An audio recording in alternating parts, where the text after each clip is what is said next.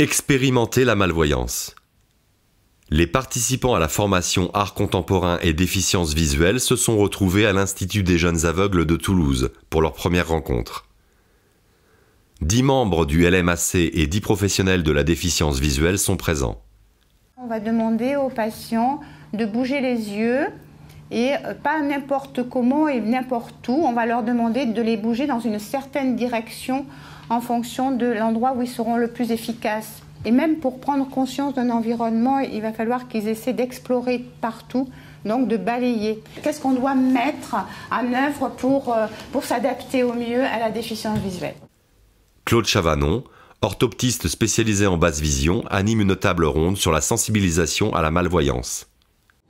Avec la vision périphérique, en fait, tu as décalé tes mains sur la pochette. Ouais. Donc on a essayé de mettre en situation des personnes non déficientes visuelles avec des lunettes de simulation pour qu'ils se rendent compte de ce qu'est la déficience visuelle. Les lunettes ont permis de montrer plusieurs types de déficiences visuelles.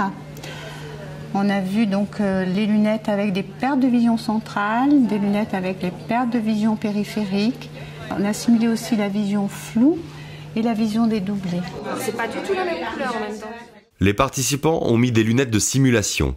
Ils s'essayent tour à tour à différents petits ateliers où ils doivent discriminer des objets, des dessins, lire ou tenter de petits exercices graphiques. Ça, c'est une quoi? Il y a d'abord vraiment une découverte de la complexité de ce que veut dire la déficience visuelle. Yvonne Calsou, médiatrice. Elle enlève les lunettes de simulation et découvre avec beaucoup d'étonnement un petit tigre, un jouet d'une dizaine de centimètres, posé sur un plateau noir que tient Olivier. Pour moi, déficient visuel, on voyait pas point barre ou on voyait un peu de lumière.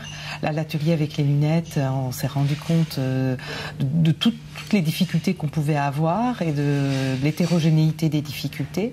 Et aussi la nécessité de faire des hypothèses pour comprendre ce qu'on voit.